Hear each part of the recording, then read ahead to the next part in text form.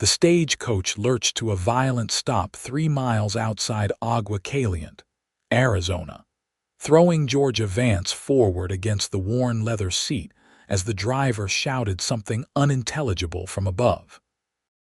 She steadied herself and peered out the frost-covered window into the bitter January morning of 1881, her breath forming small clouds in the frigid air that had no business being this cold in the desert territory.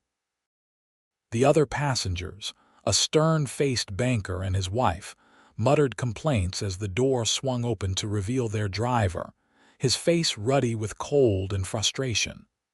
"Front axle is cracked clean through," he announced, stamping his feet.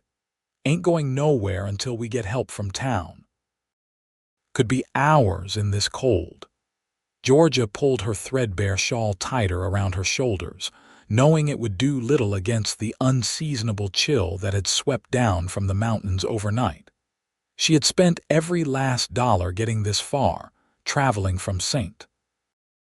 Louis to take a position as a schoolteacher in Agua Caliente, and now she sat stranded on a desolate stretch of road with nothing but rocks and scrub brush for miles. The banker's wife had a thick fur coat and her husband a heavy wool overcoat, but Georgia had sold her winter coat in Tucson to pay for an extra night's lodging when the stage had been delayed.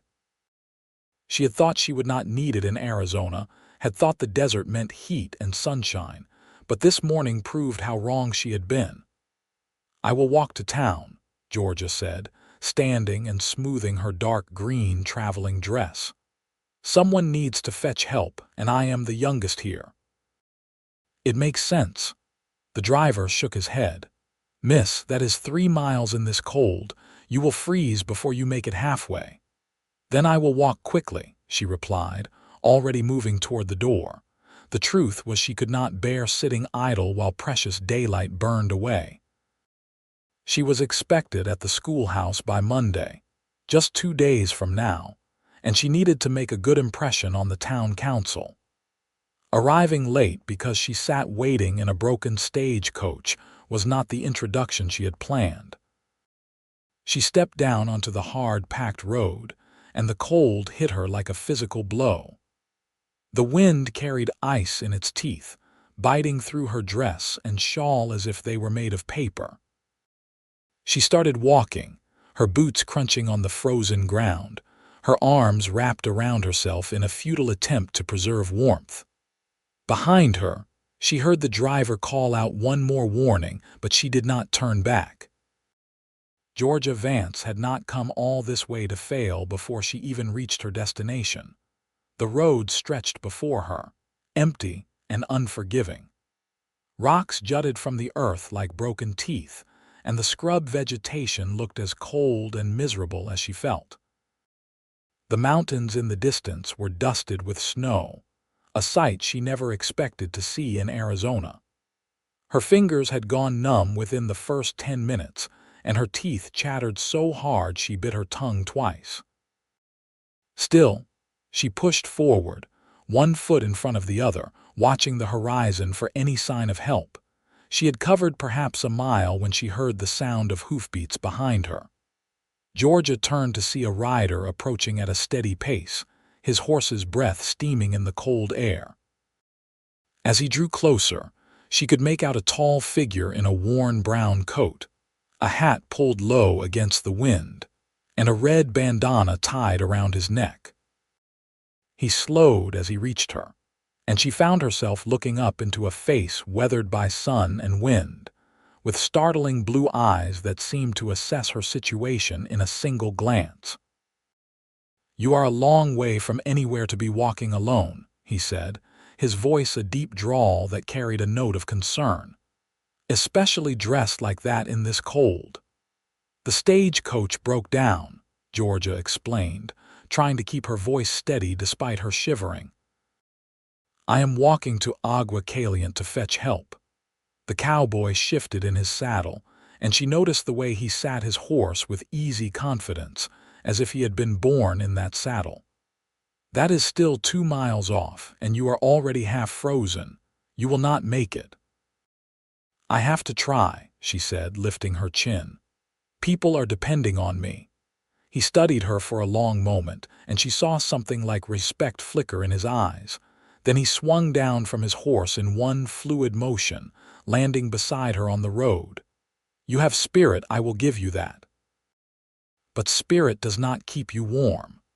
He began unbuttoning his coat. Here is what we are going to do. You are going to give me that shawl as payment for a ride into town, and I am going to take you there before you freeze to death on this road. Georgia stared at him. My shawl. But that is all I have. And it is not doing you much good, is it? He had his coat off now, revealing a faded blue shirt and a lean, muscled frame. Consider it a trade, your shawl for safe passage. I have seen men die from cold like this, and I will not have a woman's death on my conscience today. Before she could protest further, he draped his coat around her shoulders. The warmth of it shocked her, the heavy wool still holding the heat from his body. It smelled of leather and sage and something indefinable that made her think of open spaces and freedom. The coat swallowed her small frame, hanging nearly to her knees, and she felt tears prick her eyes at the simple kindness of it. I cannot take your coat, she said, even as her frozen fingers clutched at the fabric. You will freeze. I have survived worse, he replied, already removing her thin shawl from her shoulders. He tied it loosely around his neck like a scarf, where it looked absurdly delicate against his broad chest. Besides, I am moving. Movement keeps you warm. You are standing still in that coach, letting the cold seep into your bones. He mounted his horse again and then reached down a gloved hand to her. Come on then. Let us get you to town before this cold snap gets any worse.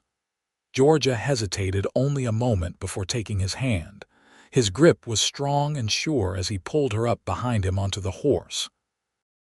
She had never ridden this way before, perched behind a man on horseback, and she did not know quite where to put her hands until he reached back and pulled her arms around his waist. Hold on tight, he said. Buck here has a smooth gait, but I would rather you not fall off. The horse started moving at a steady trot, and Georgia found herself pressed against the cowboy's back, feeling the warmth of him through his shirt. She should have been scandalized by the intimacy of it, by the impropriety of holding a strange man this way. But all she could feel was grateful relief, as the warmth of his coat and his body began to chase away the deadly chill that had settled into her bones. I am Georgia Vance, she said after a few minutes of silence, feeling like she should at least know the name of her rescuer. Grant Jackson, he replied, and she felt his voice rumble through his back. You are the new school teacher, aren't you? She blinked in surprise. How did you know that? Small town. Word travels fast when someone new is coming, especially someone from back east. We have been without a teacher since old Miss Harriet passed last summer. The children will be glad to have you. You have children. The question came out before she could stop it, and she felt her cheeks heat with embarrassment. He laughed, a warm sound that seemed at odds with the cold morning. No, no children. I just remember what it was like being young and wanting to learn. My mother taught me to read before she died, and I have always been grateful for that gift. They rode in silence for a while, the horse's steady rhythm lulling Georgia into a state somewhere between awareness and exhaustion. She had been traveling for weeks, sleeping in uncomfortable beds in strange towns, always moving toward this new life she had chosen for herself. Her father had wanted her to marry the hardware store owner's son in St. Louis, a man twice her age with soft hands and a softer mind, but Georgia had wanted more. She had wanted purpose and independence, and teaching offered both, even if it meant coming to a rough Arizona Territory town where January brought unexpected cold snaps and broken stagecoaches. You are a long way from home, Grant said, as if reading her thoughts. What brings a woman like you out to Agua Caliente, a woman like me? Georgia asked, uncertain whether to be offended, educated, well-spoken. You could have taught anywhere back east, in a real city with proper schools and society. This is hard country, Miss Vance. It takes a certain kind of person to make it here. Maybe I am that kind of person, she said, hearing the defensive note in her voice. Maybe you are, he agreed, and she heard approval in his tone. We will see. The landscape began to change as they rode, the barren scrubland giving way to scattered buildings and the first signs of civilization. Agua Caliente emerged from the desert like a mirage, a collection of adobe and wooden structures clustered around a main street. Smoke rose from chimneys, and Georgia could see people moving about despite the cold. It looked rough and unfinished, this town that would be her new home, but there was something honest about it that appealed to her. Grant guided his horse down the main street, and Georgia became acutely aware of the stares they were attracting. A woman riding behind a cowboy, wrapped in his coat, was apparently noteworthy enough to stop people in their tracks. She saw a group of women outside the general store whisper to each other, their eyes sharp with curiosity and judgment. A man in a sheriff's badge watched them pass with interest. Grant seemed oblivious to the attention, or perhaps he was simply used to being watched. He stopped in front of a neat two-story building with a sign that read Miller's Boarding House and helped Georgia down from the horse. Her legs were stiff from the ride and the cold, and she stumbled slightly. His hand steadied her, firm and warm even through his gloves. This is where the schoolteacher is supposed to stay, he explained. Mrs. Miller is expecting you, though maybe not for another day or two. She is a good woman, fair and honest. You will be comfortable here. Georgia looked up at him, suddenly reluctant to let him go. He had saved her life, she realized. Without his intervention, she truly might have frozen on that road. Thank you, Mr. Jackson. I don't know how to repay you.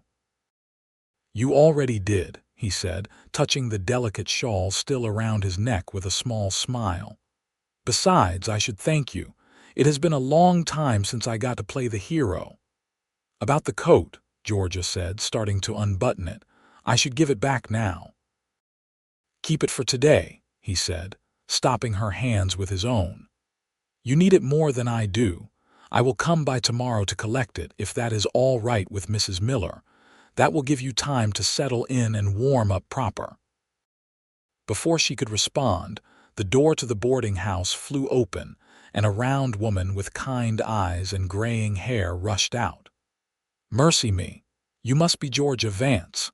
We weren't expecting you until tomorrow at the earliest, and here you are already. Come in, child, you look frozen half to death. Mrs. Miller ushered Georgia toward the door, chattering about hot tea and warm rooms and how delighted the town council would be that she had arrived safely. Georgia looked back over her shoulder at Grant, who had already mounted his horse again. He touched the brim of his hat in farewell, and then he was riding away down the street, her shabby shawl still tied around his neck like a trophy. Mrs. Miller proved to be exactly what Grant had promised. Kind, efficient, and mercifully incurious about how Georgia had arrived in town wrapped in a cowboy's coat. She provided a steaming cup of tea, a bowl of thick stew, and a small but spotlessly clean room on the second floor with a window overlooking the main street. Georgia spent the rest of that day recovering from her ordeal, alternating between sleeping and standing at the window, watching the town go about its business. She saw Grant once more that afternoon, riding past with another man, deep in conversation about something.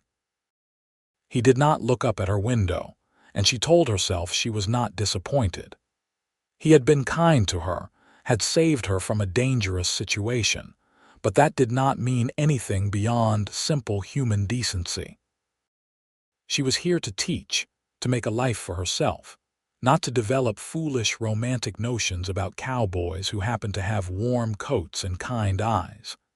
The next morning dawned clear and significantly warmer, the cold snap breaking as suddenly as it had arrived. Georgia dressed in her best dress, a deep blue wool that she had saved for meeting the town council, and prepared herself to make a good impression. Mrs. Miller had arranged for her to meet with the council members at 10 o'clock to discuss her duties and see the schoolhouse, and Georgia was determined to prove that she was worth the investment they had made in bringing her out from St. Louis. She was just finishing her breakfast when Mrs. Miller appeared in the doorway of the small dining room, a curious expression on her face. "You have a visitor, dear, a Mr. Grant Jackson. He says he is here to collect his coat." Georgia's heart did an unexpected leap, and she forced herself to remain calm. "Of course, I will get it now." She retrieved the coat from her room, where she had hung it carefully on a peg by the door, and carried it downstairs. Grant was waiting in the front parlor, hat in hand, looking somehow larger and more solid in the confines of the house than he had on horseback. He was freshly shaved and his hair was damp, as if he had bathed before coming, and Georgia caught herself noticing the strong line of his jaw and the way his blue eyes softened when he saw her. "Miss Vance," he said formally, "I hope you are recovered from yesterday's adventure." "I am, thank you." "And please call me Georgia. After everything, I think we can dispense with excessive formality." A smile tugged at the corner of his mouth. "Grant, then. May I have my coat back, Georgia?" She handed it to him, and their fingers brushed in the exchange. A spark of something electric passed between them, so tangible that Georgia pulled her hand back quickly, startled by the intensity of it. Grant's eyes widened slightly, and she knew he had felt it too. "I washed your shawl," he said, pulling the delicate fabric from his coat pocket. "My landlady insisted. She said it wasn't proper to return a lady's garment dirty." "You didn't have to do that," Georgia said, taking the shawl. It smelled of lavender and soap, cleaner than it had been in months. "My landlady is very particular about proper behavior," Grant said, and there was something in his tone that made Georgia think he was amused by this. "She also insisted I invite you to church this Sunday, as is neighborly." "Did she?" Georgia asked, raising an eyebrow. "And is your landlady usually this concerned with your social obligations?" "Only when they involve respectable young women new to town," he admitted. "Mrs. Patterson believes I am in dire need of civilizing influence. And are you, probably?" His smile was self-deprecating. "I spend most of my time on the range with cattle and horses. My conversation skills have suffered accordingly." Georgia found herself smiling back. "Your conversation seems perfectly adequate to me." They stood there for a moment, neither quite willing to end the conversation, until Mrs. Miller bustled in with a pointed cough. "Miss Vance, you need to leave in 15 minutes to meet the council. Best you finish your preparations." "Of course," Georgia said, suddenly flustered. "Thank you again, Grant, for everything." "My pleasure," he said, settling his hat back on his head. "I hope the council meeting goes well. The town is lucky to have you." He left before she could respond, and Georgia stood holding her clean shawl, wondering why she felt like something significant had just happened, even though they had only exchanged a few polite words. The meeting with the town council went better than she had dared hope. The 5 men who made up the council, led by a stern but fair-minded man named Thomas Holbrook, were clearly desperate for a teacher and willing to overlook her youth and gender in favor of her credentials. She had graduated top of her class from a teaching seminary in St. Louis, and the glowing letters of recommendation from her professors impressed even the most skeptical council member. They showed her the schoolhouse, a single-room building at the edge of town with a pot-bellied stove, rows of handmade desks, and a beautiful slate board that had been shipped all the way from Boston. It was simple but serviceable, and Georgia felt a genuine excitement as she imagined it filled with eager young minds ready to learn. "You will have approximately 20 students," Mr. Holbrook explained, his gray beard bristling as he spoke. "Ages ranging from 6 to 15. Most can read a little, some not at all.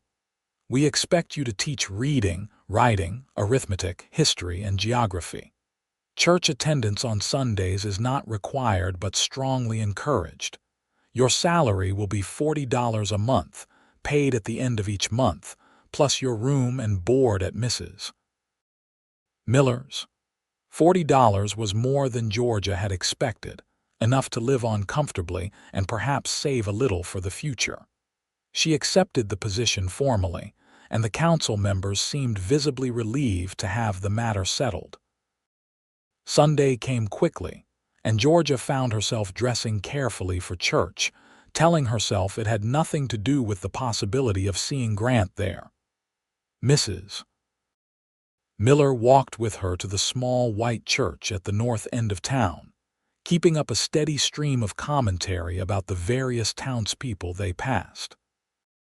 Georgia tried to pay attention, knowing she would need to learn who was who in this close-knit community, but her eyes kept scanning the street for a tall figure in a brown coat. The church was nearly full when they arrived, families crowding into the pews while children squirmed and whispered. Georgia felt the weight of curious stares as she walked down the aisle with Mrs. Miller, aware that she was being evaluated by every woman in the room. She held her head high and smiled politely, determined to make a good impression.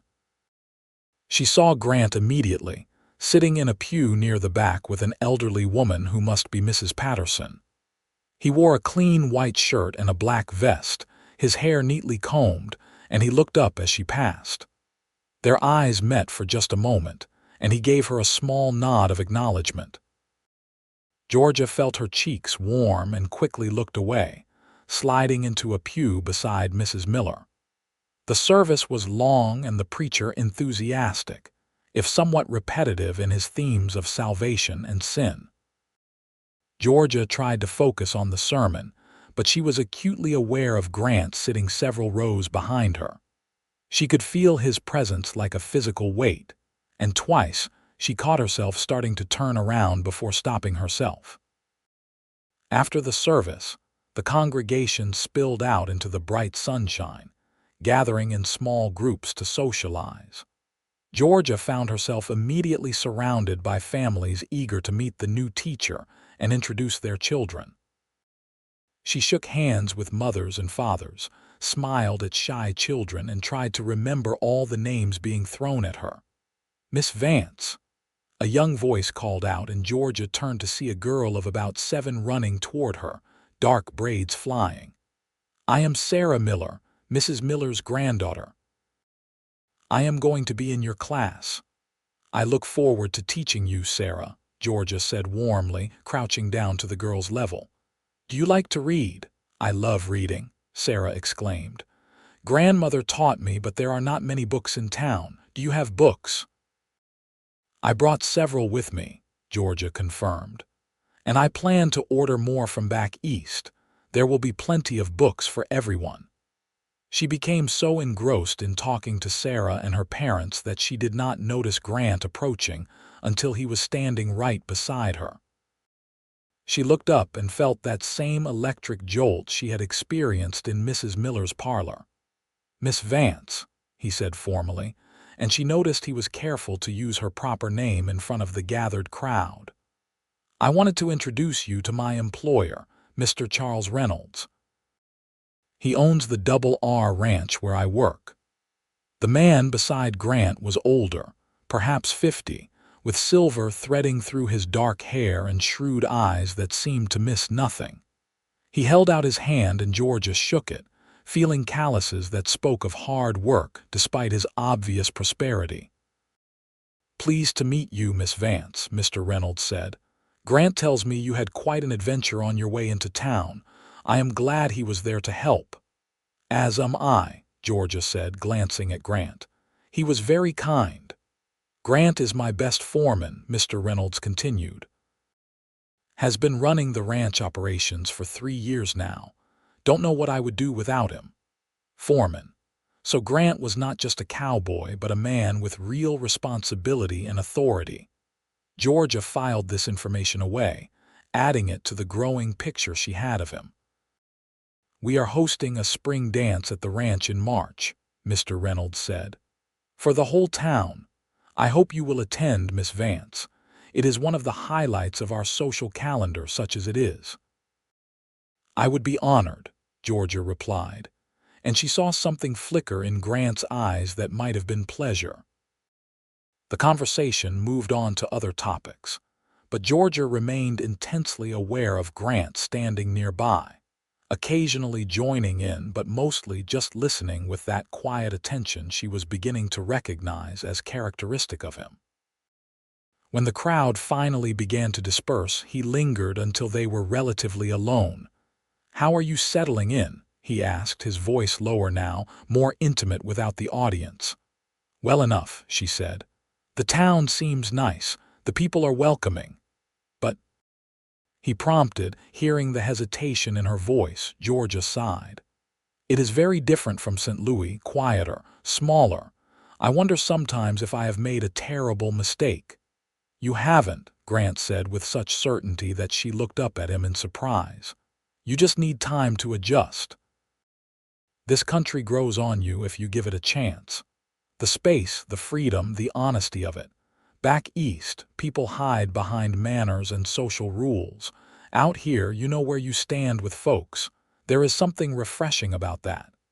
"Is that why you came west?" Georgia asked, curious about his history. "Partly. I also needed a fresh start. Sometimes the only way to become who you are meant to be is to leave behind who you were expected to be." He met her eyes. "I suspect you understand something about that." She did. She understood it perfectly, because it was exactly why she had left St. Louis and her father's disappointed expectations. For a moment, they simply looked at each other, a current of understanding passing between them that needed no words. "Grant," someone called from across the churchyard.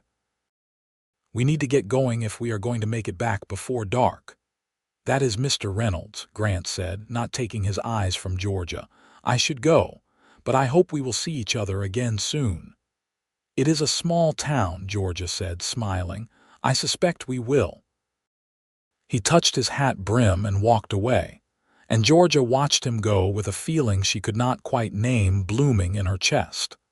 The next 2 weeks passed in a blur of activity. School started on a Monday morning with 19 students, ranging from tiny 6-year-old Emma Patterson, who was the granddaughter of Grant's landlady, to lanky 15-year-old Thomas Holbrook, Jr., who clearly did not want to be there. Georgia threw herself into teaching with fierce determination, creating lesson plans, assessing each student's abilities, and establishing the classroom rules and routines that would shape their days. It was exhausting and exhilarating in equal measure. Some children took to learning like ducks to water, absorbing every lesson eagerly. Others struggled, frustrated by letters that would not stay in the right order or numbers that refused to add up correctly. Georgia learned to be patient, to find different ways of explaining the same concept, to celebrate small victories and encourage through failures. She saw Grant occasionally around town, usually from a distance. He would tip his hat if their eyes met, but they had no occasion to speak privately. Georgia told herself this was for the best. She was here to teach, and involving herself with a local cowboy, even one as kind and intriguing as Grant Jackson, would only complicate her new life. But she thought about him more than she cared to admit, especially late at night when she lay in her narrow bed at Mrs. Miller's, staring at the ceiling and listening to the unfamiliar sounds of the desert night. She thought about the warmth of his coat, the steadiness of his voice, the way his eyes had softened when he looked at her. She thought about the spark that had passed between them, and wondered if he thought about it too, 3 weeks after her arrival in Agua Caliente, Mrs. Miller mentioned at breakfast that there would be a town social at the church hall on Saturday evening. "Everyone attends," she said firmly. "It is one of our ways of maintaining community spirit. There will be dancing and refreshments, and it would be good for you to be seen there, dear. Let people get to know you outside of the schoolhouse." Georgia agreed, though the thought of attending a dance made her nervous. She had never been particularly graceful, and her experience with social dancing was limited to a few awkward assemblies at the teaching seminary. Still, Mrs. Miller was right. She needed to be part of the community if she wanted to make a real life here. Saturday evening came, and Georgia dressed in her best gown, a deep green silk that had been her mother's before she died. It was slightly old-fashioned now, but the color brought out the green in her hazel eyes, and the cut was flattering enough. She pinned her light brown hair up carefully, leaving a few curls loose to soften her face, and studied her reflection with critical eyes. She would never be a beauty like some of the women she had seen in town, but she looked respectable and neat, and that would have to be enough. The church hall was already crowded when she arrived with Mrs. Miller, lanterns casting warm light over the assembled townspeople. A small group of musicians, 2 fiddles and a guitar, were tuning their instruments in the corner. Tables along one wall held refreshments, and the center of the room had been cleared for dancing. Georgia had barely stepped through the door when she was claimed by Mr. Holbrook for introductions to more town council members and their wives. She smiled and made polite conversation, answering questions about the school and her impressions of Agua Caliente, all while her eyes scanned the room for a tall figure she told herself she was not looking for. The dancing began with a lively reel, and Georgia found herself passed from partner to partner as various men in town fulfilled what they clearly saw as an obligation to dance with the new schoolteacher. She stumbled through the steps, trying to remember the patterns and not tread on anyone's toes, laughing at her own mistakes and gradually relaxing into the music. She was catching her breath after a particularly energetic polka when a familiar voice spoke behind her. "Would you care to dance, Miss Vance?" Georgia turned to find Grant standing there, dressed in dark trousers and a white shirt with a bolo tie. He looked clean and handsome and almost formal, and her heart did that foolish leap again. "I should warn you, I am not a very good dancer," she said, trying to keep her voice light. "Neither am I," he admitted. "But the next one is a waltz, and I can manage that without causing injury to my partner." She took his offered hand, and he led her onto the dance floor just as the musicians struck up a gentle waltz melody. His right hand settled at her waist, and his left hand clasped hers, and they began to move together in the simple 3-step pattern. He had lied about not being a good dancer. He was actually quite skilled, guiding her effortlessly through the turns, his movements confident and sure. Georgia found herself relaxing into his lead, letting him direct their path around the floor. "You are a natural liar, Mr. Jackson," she said after a moment. "You dance very well." "My mother insisted I learn," he said. "She said a gentleman should know how to waltz even if he planned to spend his life working cattle." She sounds like a wise woman, she was. Something sad flickered across his face. "She died when I was 16. Fever took her fast. One day she was fine, the next she was gone." "I am sorry," Georgia said softly. "I lost my mother too when I was 12. It never stops hurting, does it?" "No," he agreed, "but the hurt becomes bearable eventually. You learn to carry it." They danced in silence for a few turns, and Georgia became aware of the warmth of his hand at her waist, the calluses on his palm pressing against hers, the faint scent of leather and soap that clung to him. She was also aware of the eyes watching them from around the room, the whispered conversations behind fans and gloved hands. People are staring, she murmured. Let them, Grant said. You are new and interesting. I am apparently in need of civilizing. Together we are practically scandalous. Georgia laughed despite herself. Is that what we could be, he said, and there was something in his voice that made her look up sharply. His blue eyes were serious now, intent on her face. If you wanted to be, her breath caught. Grant, I know, he said quickly. You are here to teach. You have a position and a reputation to maintain. I should not have said anything. But I also believe in being honest, and the honest truth is that I have not been able to stop thinking about you since I found you half frozen on that road. There is something about you, Georgia Vance, that has gotten under my skin in the best possible way. Georgia's mind whirled. Part of her wanted to pull away, to remind him that she barely knew him, that this was inappropriate and far too fast. But another part, a deeper part, recognized the truth in his words because she felt it too. This strange connection between them, this sense of recognition, as if their souls had known each other long before their bodies met on a cold Arizona road. I think about you too, she admitted, her voice barely above a whisper. More than I should.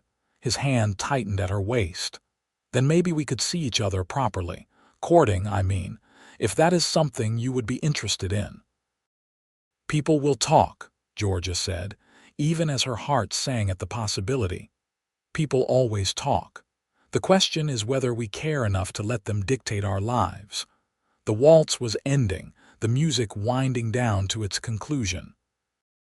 Grant guided her through one final turn and then released her, stepping back to a proper distance as the other dancers began to disperse. But his eyes never left her face. Think about it, he said. I am not asking for an answer right now. But know that my intentions are honorable and my interest is genuine. I would like to court you, Georgia, with the full knowledge that it might lead to something permanent. And if that is too much, too soon, then I will respect your decision and maintain a polite distance. The choice is yours. He bowed slightly and walked away, leaving Georgia standing in the middle of the dance floor with her heart pounding and her mind racing. Around her, the social swirled on, but she barely noticed. All she could think about was the way he had said her name, the warmth in his eyes, the promise in his words, something permanent. He was talking about marriage, about a future together, after knowing her for less than a month. It should have terrified her, should have sent her running in the opposite direction. But instead, it felt right in a way that nothing else in her carefully planned life ever had. Are you all right, dear? Mrs. Miller appeared at her elbow, concern creasing her kind face. You look a bit flushed. I am fine, Georgia said, pulling herself together. Just warm from dancing. Mr. Jackson is a good man, Mrs. Miller said carefully. A bit rough around the edges perhaps, but honest and hardworking. He has a good position at the Double R, and Mr. Reynolds thinks very highly of him. If he is showing interest in you, you could do far worse. So Mrs. Miller had noticed. Of course she had. Everyone had probably noticed, given the way they had been staring at each other on the dance floor. He has asked to court me, Georgia found herself saying. Properly. Mrs. Miller smiled. And what did you tell him? I haven't answered yet. It seems so fast. I barely know him. Sometimes the heart knows faster than the head, Mrs. Miller said wisely. My husband proposed to me after 2 weeks of acquaintance. We were married 42 years before he passed. Sometimes you just know, dear. The question is whether you are brave enough to trust that knowing. Was she brave enough? Georgia had been brave enough to leave her home and travel alone across half the country. Brave enough to take a teaching position in a rough frontier town where women were scarce and life was hard. Surely she could be brave enough to explore a relationship with a man who made her heart race and her soul sing. The rest of the social passed in a blur. Georgia danced with other partners, made polite conversation, and smiled until her cheeks ached. But through it all, she was aware of Grant on the other side of the room, watching her with those steady blue eyes. When it was time to leave, he materialized at her side to walk her and Mrs. Miller back to the boarding house, maintaining a proper distance but close enough that Georgia could feel the warmth of him in the cool night air. At the door, Mrs. Miller tactfully excused herself to go inside, leaving them alone on the porch for a brief moment. "Have you thought about my question?" Grant asked quietly. "I haven't thought about anything else," Georgia admitted, "and my answer is yes.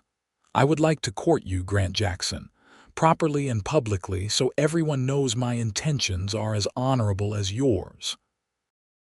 The smile that broke across his face was like sunrise, transforming his weathered features into something almost beautiful. "You have made me very happy, Georgia Vance. We will take it slowly," she said, trying to be practical even as her heart soared. "Get to know each other properly. No promises beyond courtship until we are both certain." "Agreed," he said. "Though I should tell you I am already certain. I have been certain since you gave up your shawl for a ride on that cold morning, showing more courage and determination than most men I know. But I can be patient. I will wait as long as you need." He took her hand and raised it to his lips, pressing a gentle kiss to her knuckles that sent shivers up her arm. Then he released her and stepped back.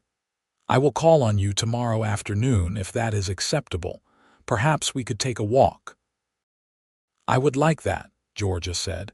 She watched him walk away down the street, his figure gradually disappearing into the darkness.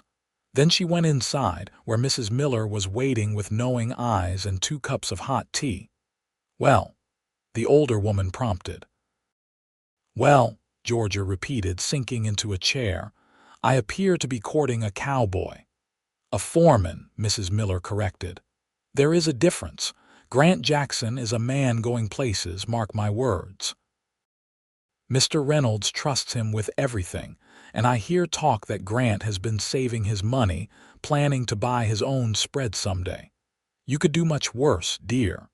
Georgia sipped her tea, letting the warmth spread through her. "I could also do much better, according to my father. He wanted me to marry the hardware store owner's son. Safe, prosperous, boring.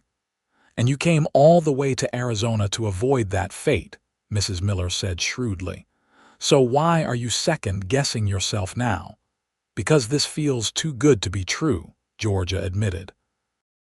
"Like something from a romantic novel. And in novels, things that seem too good to be true usually are. This isn't a novel, dear. This is life, messy and complicated and sometimes surprisingly wonderful. You are allowed to be happy. You are allowed to take a chance on a good man who makes your eyes light up when he walks into a room." "Is it that obvious?" Georgia asked, mortified. Mrs. Miller laughed. "Only to anyone with eyes. But don't worry, dear. In a town this small, everyone will know about your courtship by breakfast anyway. Might as well enjoy it." She was right about the speed of gossip. By Sunday morning, Georgia could feel the speculative looks following her in church. After the service, several women made a point of stopping to chat, asking innocently about her plans and whether she was enjoying her time in Agua Caliente. Georgia handled them with polite grace, neither confirming nor denying anything, but aware that her relationship with Grant was now very much public knowledge. He called that afternoon as promised, arriving at Mrs. Miller's door dressed in clean trousers and a blue shirt that matched his eyes. Mrs. Miller admitted him with a smile and called Georgia down from her room. They walked through town in the warm afternoon sunshine, maintaining a proper distance, but talking easily about everything and nothing. Grant told her about growing up in Texas, the son of a schoolteacher mother and a rancher father who died when he was young. He spoke of learning to work cattle as a boy, of the years he spent drifting from ranch to ranch after his mother died, searching for something he could not name. He had arrived in Agua Caliente 5 years ago, hired on at the Double R as a regular hand, and worked his way up to foreman through sheer competence and dedication. "Mr. Reynolds has no sons," Grant explained as they walked along the edge of town, where the buildings gave way to open desert. "Just 2 daughters back east who have no interest in ranching. I think he sees me as a kind of son, someone to pass his knowledge to. He has been good to me, better than I probably deserve." "Why would you not deserve it?" Georgia asked. Grant was quiet for a moment, his eyes on the distant mountains. "I was angry when I was younger. After my mother died, I was just angry at everything and everyone. I got into fights, drank too much, did stupid things that could have gotten me killed or thrown in jail.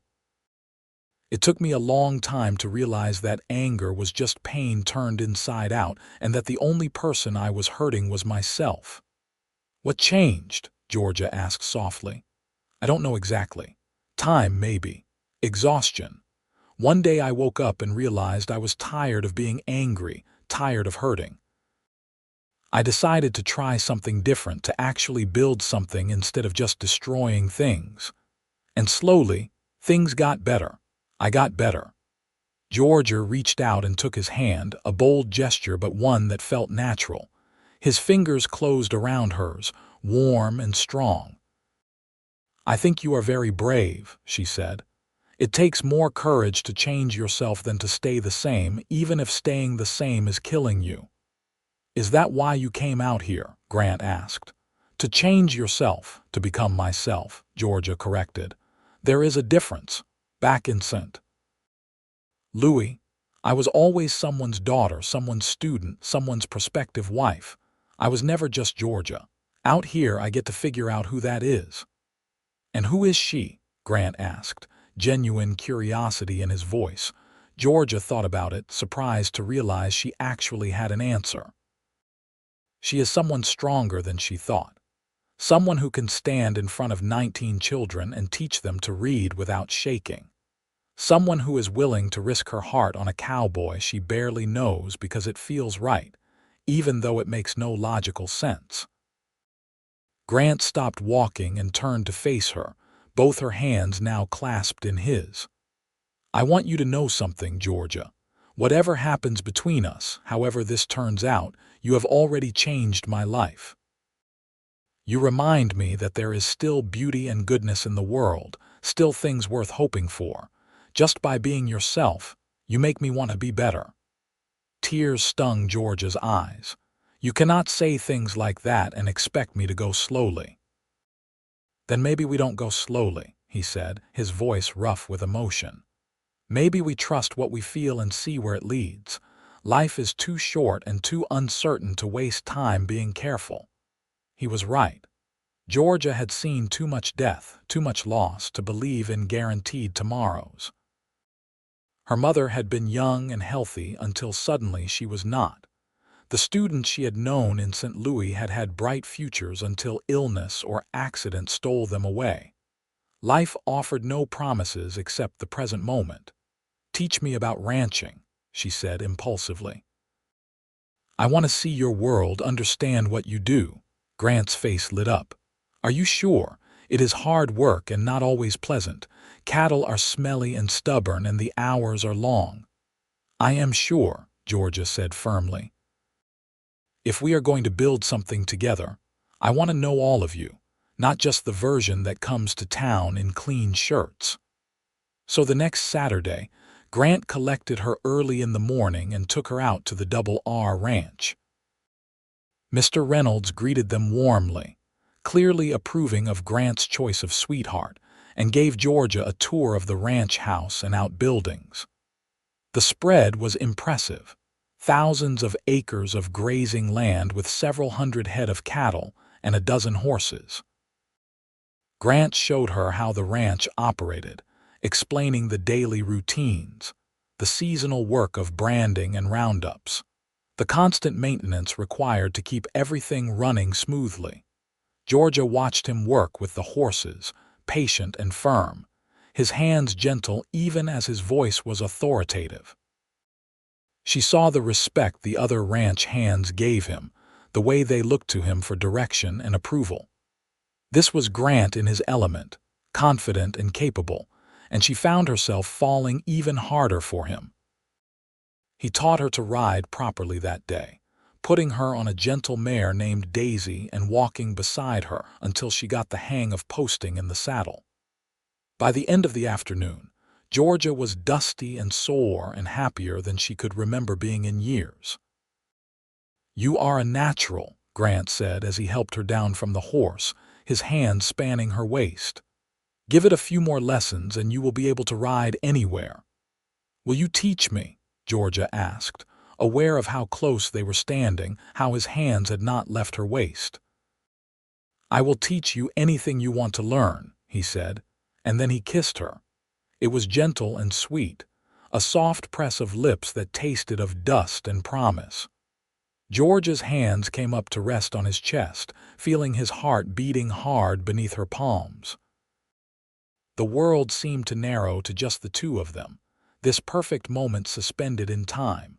When they finally broke apart, Grant rested his forehead against hers. "I am in love with you, Georgia Vance. I know it is too soon and too fast, but it is the truth. I am in love with you, and I want to spend the rest of my life making you happy." Georgia's breath caught. She should be frightened by the intensity of his declaration, should pull back and insist they slow down. But instead, she heard herself saying, "I love you too. I think I have loved you since you gave me your coat on that cold road." "Marry me," Grant said, the words tumbling out in a rush. "I know we have only been courting for a few weeks, but I don't need more time to know you are the one I want. Marry me, and I will spend every day proving I am worthy of you." This was insane.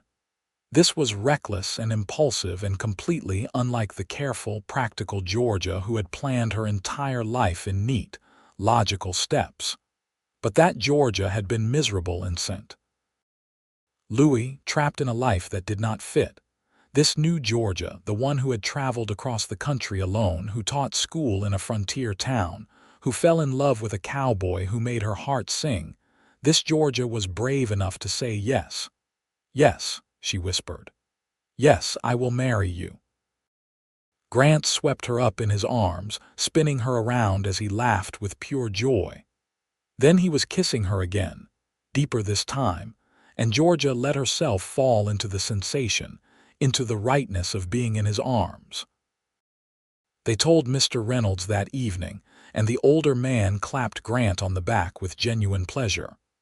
"About time you settled down, boy, and you couldn't have picked a finer woman. Congratulations to you both."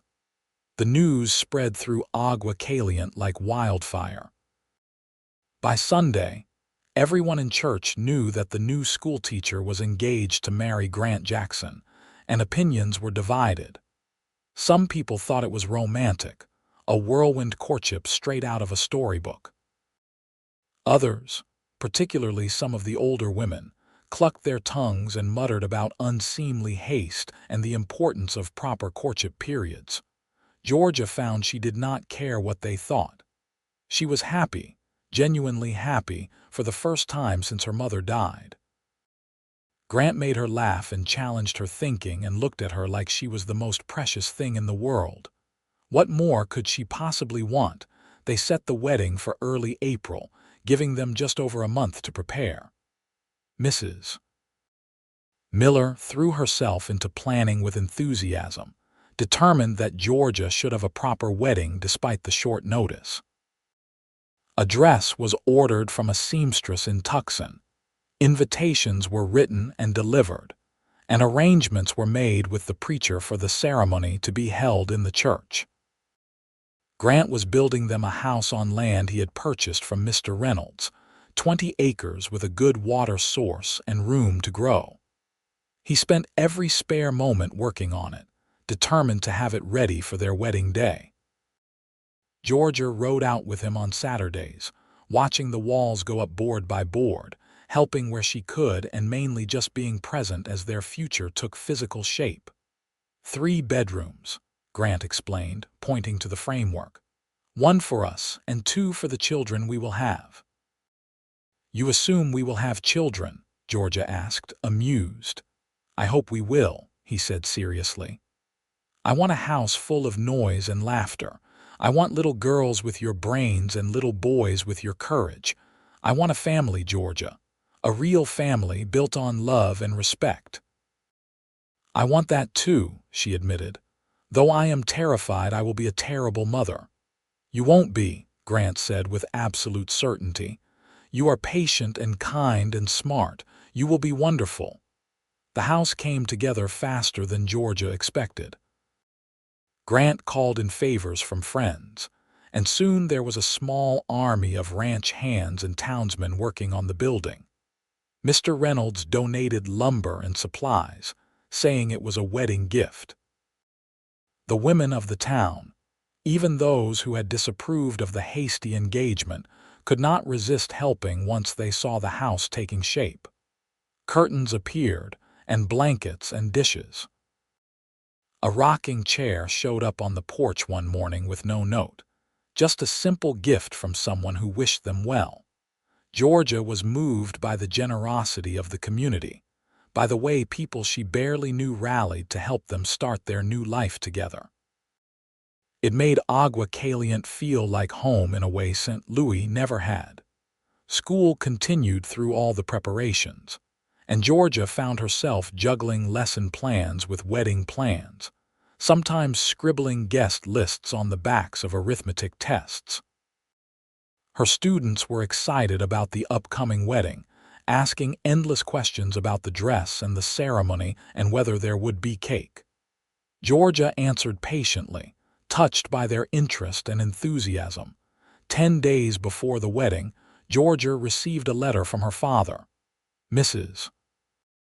Miller brought it up to her room one evening, and Georgia stared at the familiar handwriting with a mixture of apprehension and longing. She had written to inform him of her engagement, not because she needed his permission, but because he was still her father and she wanted him to know.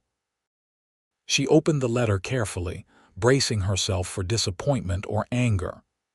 Instead, she found something unexpected. "My dear Georgia, your letter arrived yesterday, and I confess your news took me by surprise. When you left St. Louis, I believed you were making a terrible mistake, throwing away security and respectability for some romantic notion of independence.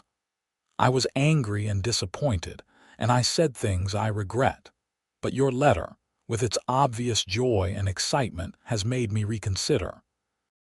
You sound happier than I have heard you in years. If this Grant Jackson makes you feel that way, if he respects your intelligence and supports your work, then perhaps I was wrong about what you need. I cannot travel to Arizona for the wedding as my health is not what it once was. But I want you to know you have my blessing, for whatever that is worth. Be happy, Georgia. You deserve happiness. Your loving father, William Vance." Georgia read the letter 3 times, tears streaming down her face. She had not realized how much she needed his approval until she had it. The knot of guilt and sadness she had been carrying since leaving St. Louis loosened slightly, and she felt something like peace settle over her. She showed the letter to Grant that evening, and he read it carefully before pulling her into his arms. "I am glad he came around. Family matters, even when they drive us crazy." "You have family?" Georgia realized she had never asked, too caught up in her own history to inquire about his. "A brother in Texas," Grant said. "We haven't spoken in years, not since a fight after my mother died. Maybe after we are married I will write to him, try to mend that fence." "I think you should," Georgia said. "Life is too short to hold grudges." The days flew by in a blur of final preparations. The dress arrived from Tucson, a beautiful creation of ivory silk with lace at the collar and cuffs. Georgia tried it on in her room at Mrs. Miller's and barely recognized herself in the mirror. She looked older somehow, more womanly, ready for the step she was about to take. The night before the wedding, Grant came to the boarding house for a final visit before they would be separated until the ceremony. Mrs. Miller gave them privacy in the parlor, though she made sure to leave the door conspicuously open. "Are you nervous?" Grant asked, holding both her hands as they sat together on the settee. "Terrified," Georgia admitted. "Not about marrying you. I am absolutely certain about that, but about everything else. About being a wife, about running a household, about all the expectations that come with it." "We will figure it out together," Grant promised. "I don't expect you to be perfect, Georgia. I just expect you to be yourself. That is all I have ever wanted." "What if I disappoint you?" she whispered, voicing her deepest fear. "You won't," he said simply. "The only way you could disappoint me is if you stopped being the brave, stubborn, brilliant woman I fell in love with. As long as you stay true to yourself, you could never disappoint me." He kissed her then, a long, lingering kiss that promised all the tomorrows they would share. When they finally broke apart, Georgia felt calmer, steadier, ready to face whatever came next. The wedding day dawned clear and warm, a perfect Arizona April morning. Mrs. Miller helped Georgia dress, fussing over every detail until everything was perfect. Sarah Miller came to present Georgia with a small bouquet of wildflowers she had picked that morning, her young face solemn with the importance of her task. The church was packed when Georgia arrived. It seemed the entire town had turned out to witness the ceremony. She walked down the aisle alone, having no father present to give her away, and found she did not mind. She was giving herself, making her own choice, and there was power in that. Grant waited for her at the altar, dressed in a new black suit that made him look almost unbearably handsome. His eyes were bright with unshed tears as he watched her approach, and Georgia felt her own eyes fill in response. This man, this good, honest, loving man, was about to become her husband. The ceremony was simple and beautiful. The preacher spoke about love and commitment, about the sacred bond of marriage and the responsibilities it entailed. Georgia and Grant repeated their vows in strong, clear voices, promising to love and honor each other for all their days. When the preacher finally pronounced them man and wife, Grant kissed her with such tenderness that Georgia heard several women in the congregation sigh. The reception was held in the church hall, transformed with decorations, and filled with food the townspeople had contributed. There was music and dancing, toasts and laughter, and through it all, Georgia felt like she was floating. She was Georgia Jackson now, no longer alone but part of a partnership, part of a team. As evening fell, Grant drove them out to their new house in a wagon borrowed from the Double R. Georgia looked back at the town lights fading behind them, then forward at the house that was now their home, and felt nothing but gratitude for the strange path that had led her here. The house was beautiful in the twilight, all the windows glowing with lamplight. Grant had been out earlier to prepare it, and when he carried Georgia over the threshold, she gasped at what she found inside. Every surface held flowers, their sweet scent filling the air. Candles cast warm, flickering light over the simple furniture. Someone, probably Mrs. Patterson, had left a basket of food on the kitchen table with a note wishing them joy. "Welcome home, Mrs. Jackson," Grant said, setting her gently on her feet. "Welcome home," Georgia repeated, and then she was in his arms and there were no more words needed. The first months of marriage were an adjustment for both of them. Georgia had to learn to balance teaching with keeping a house, cooking meals and doing laundry, and all the domestic tasks she had never had to worry about before.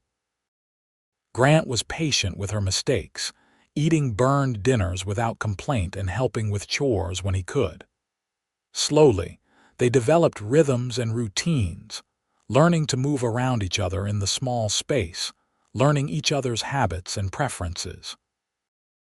Georgia discovered that Grant was an early riser who liked his coffee strong and his eggs scrambled. He learned that she was grumpy in the mornings but sweet in the evenings, that she could not function without at least 7 hours of sleep, that she liked to read before bed and hated doing dishes. They learned to compromise, to communicate, to work through disagreements with words instead of stony silence.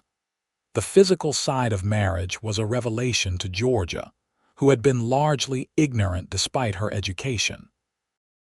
Grant was patient and gentle, teaching her about pleasure with the same care he used to teach her about horses. She bloomed under his attention, growing confident in her own desires, learning to ask for what she wanted. By summer, they had settled into a comfortable domesticity that felt both brand new and ancient, as if they had been doing this forever. Georgia taught her students through the hot months, watching them progress and grow. Grant worked the ranch, coming home each evening dusty and tired but always with a smile for his wife. They spent their Sundays together, riding out to explore the desert, learning the land that was now theirs. In late September, Georgia realized she had missed her monthly courses. She waited another month to be certain, then told Grant over dinner one evening, her hands shaking slightly as she placed them over her still flat stomach. "I think I am with child," she said quietly. Grant dropped his fork, his eyes going wide. "Are you certain?" "As certain as I can be without seeing a doctor.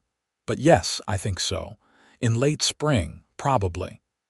He was around the table in an instant, pulling her up into his arms and holding her so tight she could barely breathe. "We are going to have a baby. Georgia, we are going to have a baby." She laughed, relief flooding through her at his obvious joy. She had not been sure how he would react, whether the reality of a child would frighten him or make him pull away. Instead, he was dancing her around the kitchen, his face alight with happiness. The pregnancy was mostly easy, though Georgia tired more quickly and had to adjust her teaching schedule to accommodate rest periods. The town women rallied around her with advice and hand-me-down baby clothes and dire warnings about childbirth that Mrs. Miller firmly shut down. "Don't scare the poor girl," she scolded Mrs. Patterson, who had been regaling Georgia with horror stories about 3-day labors. "Every birth is different. Mine were all quick and easy." Grant was attentive to the point of being overprotective, worried about Georgia overdoing it. She had to firmly remind him that she was pregnant, not ill, and that she was perfectly capable of teaching school and running the house. Still, she was touched by his concern, by the way his hand would drift to her growing belly when they sat together in the evenings, by the way he talked to the baby before it was even born. "You are going to be so loved," he would murmur, his lips against her stomach. "Your mama and I already love you so much." School let out in late May, and Georgia was grateful for the timing. She was huge and uncomfortable, ready to meet this child who had been such a constant presence in her body for 9 months. The baby came on a warm June evening, arriving quickly and with remarkably little fuss.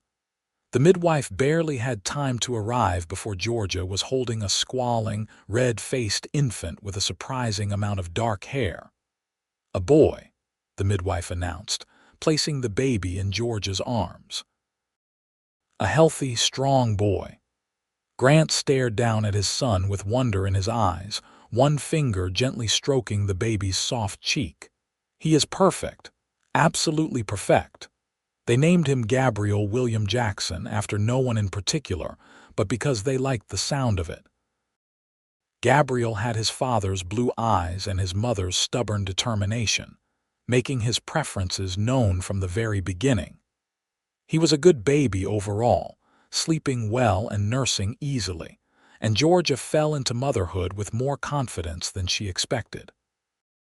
Watching Grant with their son was a revelation.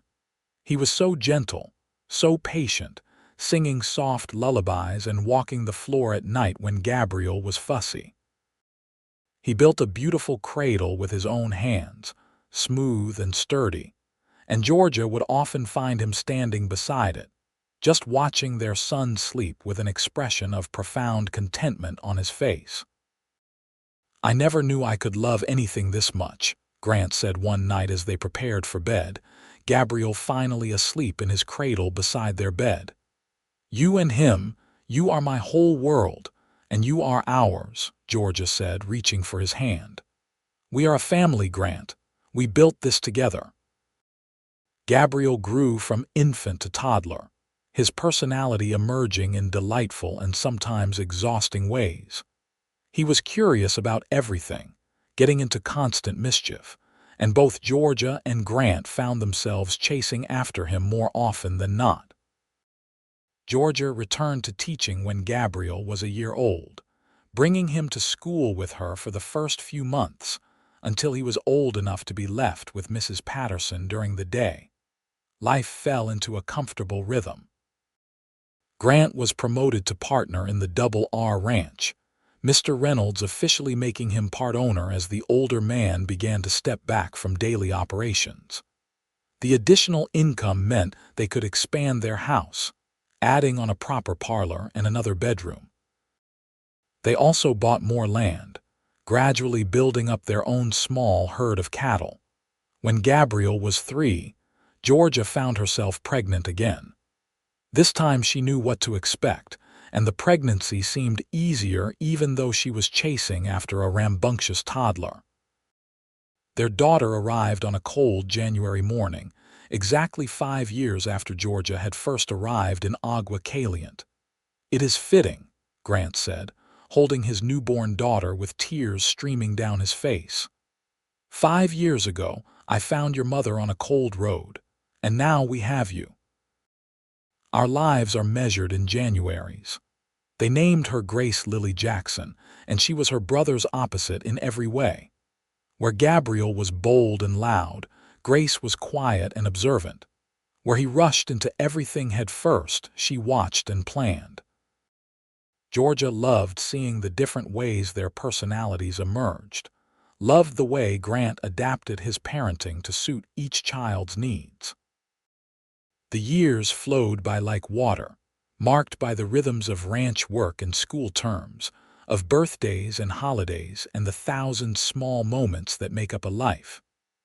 Gabriel grew tall and strong, learning to ride and work cattle alongside his father. Grace proved to have her mother's love of learning, reading everything she could get her hands on and asking questions that sometimes stumped even Georgia.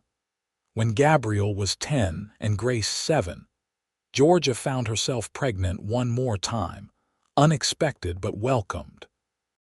Their third child, George Samuel Jackson, arrived on a summer evening during a thunderstorm, his arrival as dramatic as his siblings had been routine. He was a perfect blend of his parents and siblings, with his mother's hazel eyes, his father's stubborn jaw, Gabriel's adventurous spirit, and Grace's thoughtful nature. 3 children, Grant said wonderingly, cradling his youngest son while his older children clustered around to meet their new brother. "We have 3 beautiful children, Georgia. How did we get so lucky?" "We took a chance," Georgia said, tired but happy. "We took a chance on each other, and look what we built." The years continued to pass. Mr. Reynolds died peacefully in his sleep when Georgia was 40, leaving Grant full ownership of the Double R Ranch in his will. It was both an honor and a responsibility, one that Grant took seriously. He expanded the operation carefully, hiring good men and treating them fairly, building a reputation as an honest rancher who kept his word. Gabriel grew into a fine young man, eventually marrying a rancher's daughter from a neighboring spread and starting his own family. Grace surprised everyone by deciding to become a doctor, traveling back east for medical school and returning to Agua Caliente to open a practice. George followed his father into ranching, taking over day-to-day operations of the Double R as Grant began to slow down. Georgia continued teaching until she was 55, finally retiring after 30 years in the classroom. She had taught hundreds of students, some of whom became ranchers and merchants, others who went on to universities and careers in law and medicine. She had made a difference in that small Arizona town, had shaped young minds and opened doors to possibilities her students might never have imagined. On a cold January morning, when Georgia was 60 and Grant 63, they rode out to the spot where they had first met. The road was still there, though paved now and much busier than it had been in 1881. They dismounted and stood looking at the landscape, remembering. "I knew the moment I saw you," Grant said, taking her hand. "I knew you were going to change my life. I just didn't know how much." "You saved me that day," Georgia replied. "Not just from the cold, but from a life that would have crushed who I was meant to be. You gave me your coat, and I gave you my heart."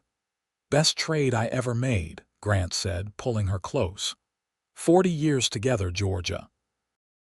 40 years of love and laughter and building something real. I would do it all again in a heartbeat." "So would I," she said, reaching up to kiss him. "Every moment, every challenge, every joy. I would choose you every single time." They stood there together, two people who had taken a chance on love and built a life beyond anything they could have imagined. Around them, the desert stretched endlessly, beautiful and harsh and full of possibility, just as it had been on that cold January morning so many years ago when a stubborn schoolteacher and a kind cowboy had first met on a lonely road. Their children were grown and thriving, their grandchildren filling their lives with noise and laughter. The ranch prospered, the town grew, and through it all, Georgia and Grant remained the constant center of their own universe, still in love, still partners, still grateful for the day she gave her coat for a ride on a cold day, and he wrapped his own around her shoulders. Years continued to unfold with gentle grace. Georgia and Grant moved into the later seasons of their lives with the same partnership that had defined their marriage from the beginning. They were fixtures in Agua Caliente now, the couple everyone pointed to as an example of what marriage should be. Young people sought their advice, and they gave it freely, though they always cautioned that every relationship was unique and required its own navigation. Gabriel and his wife gave them 4 grandchildren, 2 boys and 2 girls who spent their summers at the ranch learning to ride and work cattle just as their father had. Grace, despite her busy medical practice, found time to fall in love with a lawyer from Tucson, and they had 3 children who showed early signs of inheriting their mother's sharp intellect. George married a teacher, carrying on his mother's legacy, and they had twin boys who kept everyone on their toes with their endless energy and identical mischief. The ranch house that Grant had built all those years ago had been expanded several times, growing to accommodate family gatherings and holiday celebrations. The walls were covered with photographs now, capturing moments across the decades. Georgia and Grant on their wedding day, young and bright with hope. The children at various ages, gap-toothed and sunburned. Grandchildren being held by doting grandparents. Family portraits marking anniversaries and milestones. On their 50th wedding anniversary, the town threw them a celebration at the church hall, the same place where they had held their wedding reception half a century before. It seemed like everyone in Agua Caliente and the surrounding ranches turned out, along with former students who traveled from as far as California and Texas to honor the woman who had taught them to read. Grant stood to give a speech, his hair white now but his blue eyes still sharp and clear. Georgia sat beside him, her own hair silver, her face lined with the years but still beautiful to him. He looked out at the assembled crowd and felt overwhelmed by the life they had built. 50 years ago, he began, his voice still strong despite his age. I was riding into town on a cold January morning when I saw a woman walking alone on the road. She was half frozen and stubborn as a mule, determined to walk 3 miles in weather that could have killed her. Laughter rippled through the crowd. The story of how they met had become legend in Agua Caliente, told and retold with various embellishments over the years. I offered her a ride, and she insisted on paying me with her shawl. It was threadbare and thin, worth maybe a few cents, but she needed to maintain her dignity and independence. That was when I knew. He looked down at Georgia, love shining in his eyes. I knew this was a woman worth knowing, worth loving, worth building a life with. He paused, gathering his thoughts. Marriage isn't easy. Anyone who tells you otherwise is lying. There were times when we disagreed, times when we frustrated each other, times when we had to work hard to remember why we fell in love in the first place. But we did the work. We chose each other every single day, even on the days when it was hard. Georgia reached up and took his hand, squeezing gently. We built a family, Grant continued. 3 children who are better people than we could ever hope to be. 9 grandchildren who bring us more joy than we ever imagined possible. We built a business, a home, a place in this community.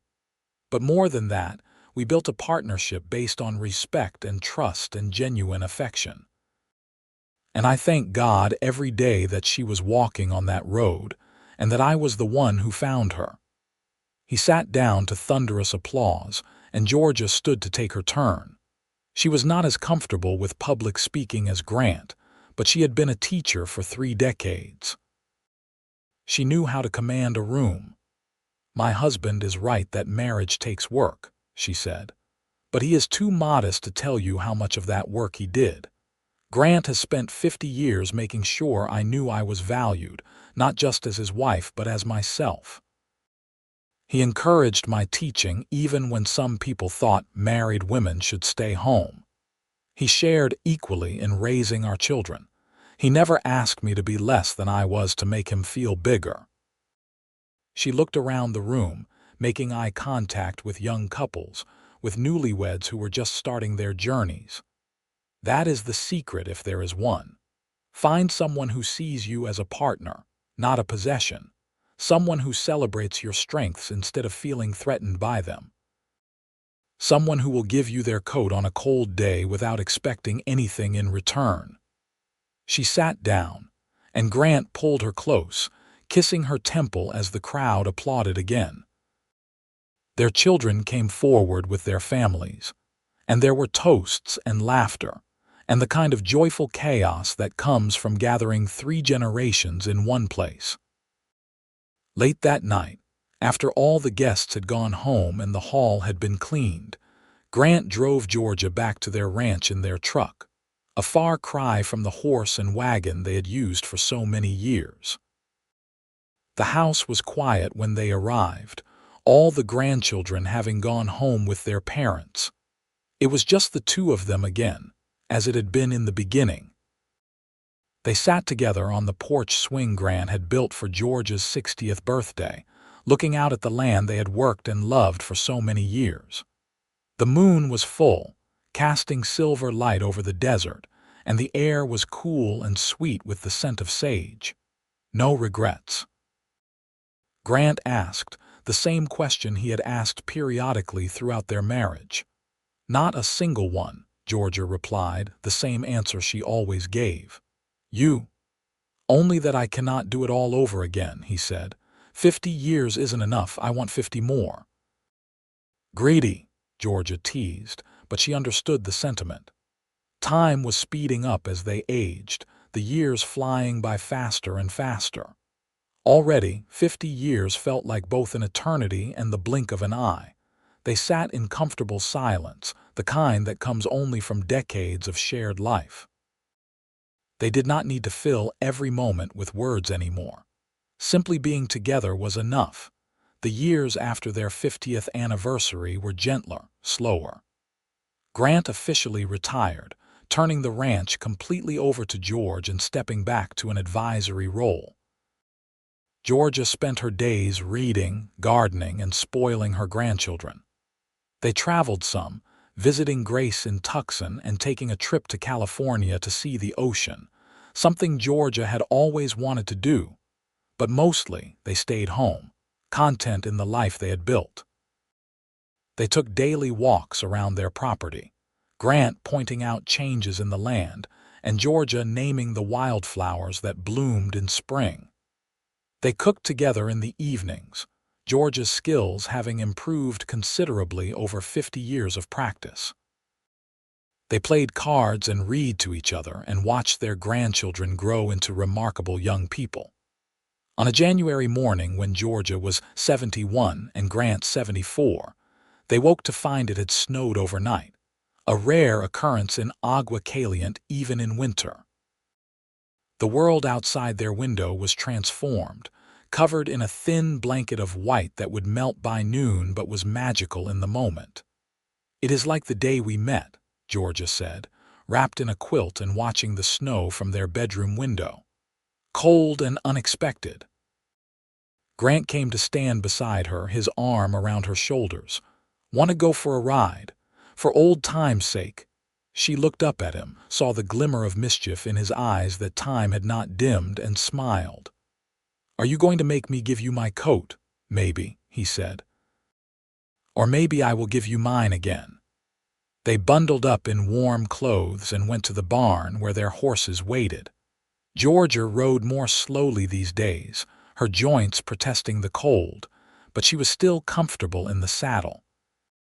They rode out to the road where they had met, following the path of that long-ago January morning.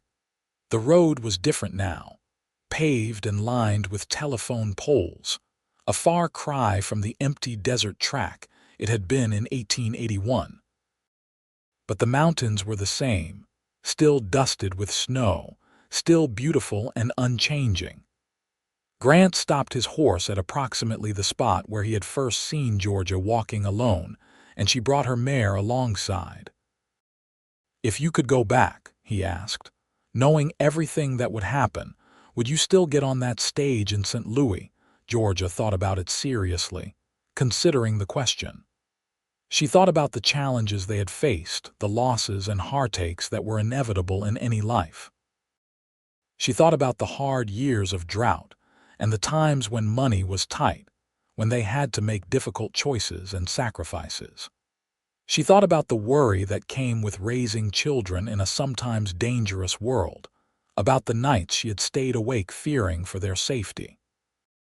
But she also thought about the joys, the first time she held each of her babies, the pride of watching Gabriel ride out with his father for his first cattle drive, the moment Grace told them she wanted to be a doctor, George's gentle kindness with animals and children, the grandchildren who called her Nana and climbed into her lap for stories, the thousands of small moments of connection with Grant, the daily choosing of each other that had built their marriage into something unshakable. "Yes," she said firmly. "Every single time, I would make the same choice. I would get on that stage. I would walk down that cold road. I would trade my worthless shawl for a ride from a kind cowboy. Because all of it, every moment, led me here. Led me to you, to our family, to this life." Grant leaned over from his saddle and kissed her, awkward and sweet, their horses shifting beneath them. "I love you, Georgia Jackson. I have loved you for 50 years, and I will love you for however many more we have." "I love you too," she said. "Thank you for giving me your coat that day." "Thank you for giving me everything since," he replied. They rode back slowly, savoring the cold morning air and the beauty of the snow-dusted desert. By the time they reached the ranch, the sun was higher, and the snow was already beginning to melt, returning the land to its normal browns and greens. But the memory of this morning, like the memory of that first cold January day so many years ago, would stay with them. Grant lived to be 82, passing peacefully in his sleep with Georgia beside him, their hands still clasped together after 61 years of marriage.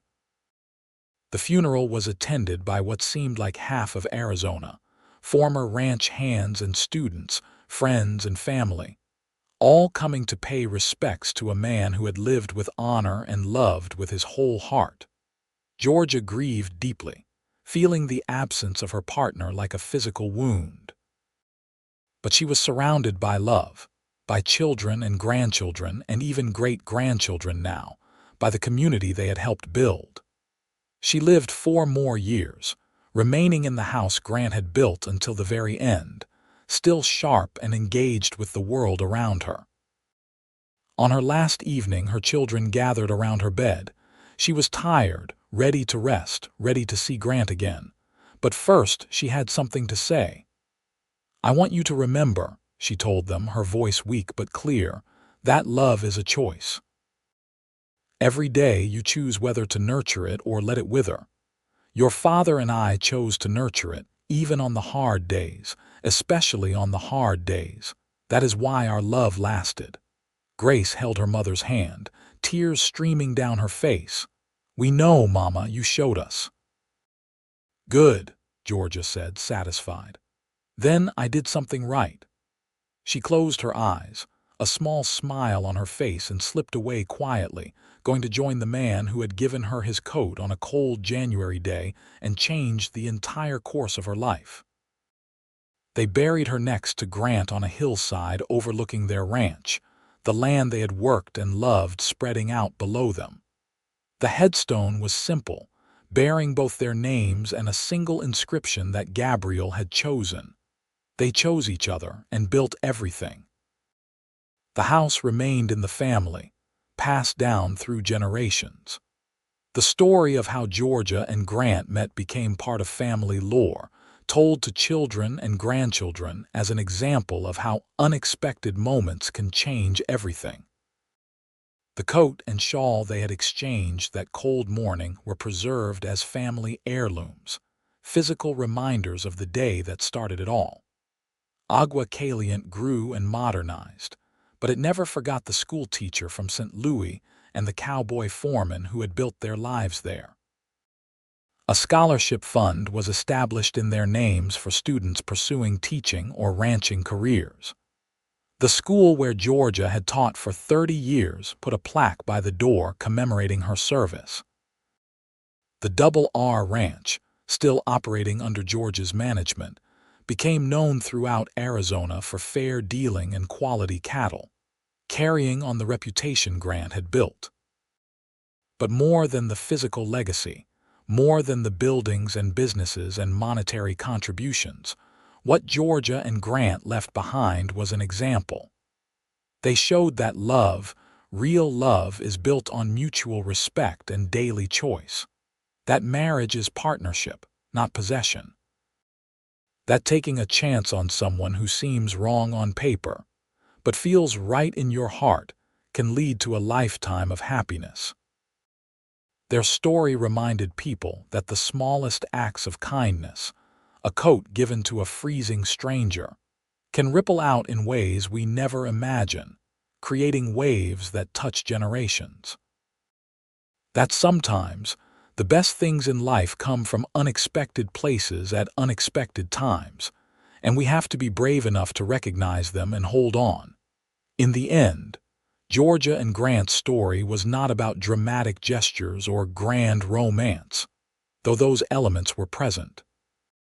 It was about the choice to keep choosing each other, day after day, year after year. It was about building something real and lasting in a harsh, unforgiving landscape through nothing more than determination, love, and the willingness to give your coat to someone who needs it more, even if it leaves you cold. And that, more than anything, was the lesson that echoed through the years, carried forward by the family they created and the community they served. Love is not just a feeling. Love is action. Love is sacrifice. Love is looking at someone shivering on a cold road and deciding, without hesitation, that their comfort matters more than your own. That was what Grant Jackson did on a January morning in 1881. And that was what he continued to do for the next 61 years, every single day, until death finally parted them. But even death could not erase what they had built together. The legacy of their love lived on in the children and grandchildren and great-grandchildren who carried their names and their values forward into new generations. It lived on in the land they had worked, now green and productive, supporting families who had not even been born when Grant and Georgia first met. It lived on in the stories told and retold, refined by time into something close to legend, but rooted always in the simple truth of two people who loved each other well. On cold January mornings in Agua Caliente, when the unseasonable chill sweeps down from the mountains and catches people unprepared, there are still cowboys who will stop to offer a ride to someone stranded by the roadside. There are still women brave enough to trade everything familiar for the unknown possibilities of a new life.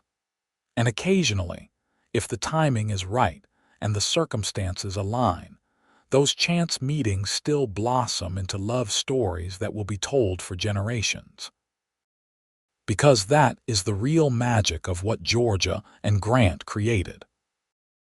Not just their own happiness, though that would have been enough, but a template, a proof that taking chances and choosing love, even when it seems impractical or rushed or against all logic, can lead to something beautiful and lasting. Their house still stands on that Arizona hillside, weathered but sturdy, a testament to the skill of the man who built it and the care of the family who has maintained it. On clear nights, when the desert sky fills with more stars than seem possible, you can stand on that porch and imagine them there. Two young people starting out with nothing but love and determination, building a life board by board, day by day, choice by choice.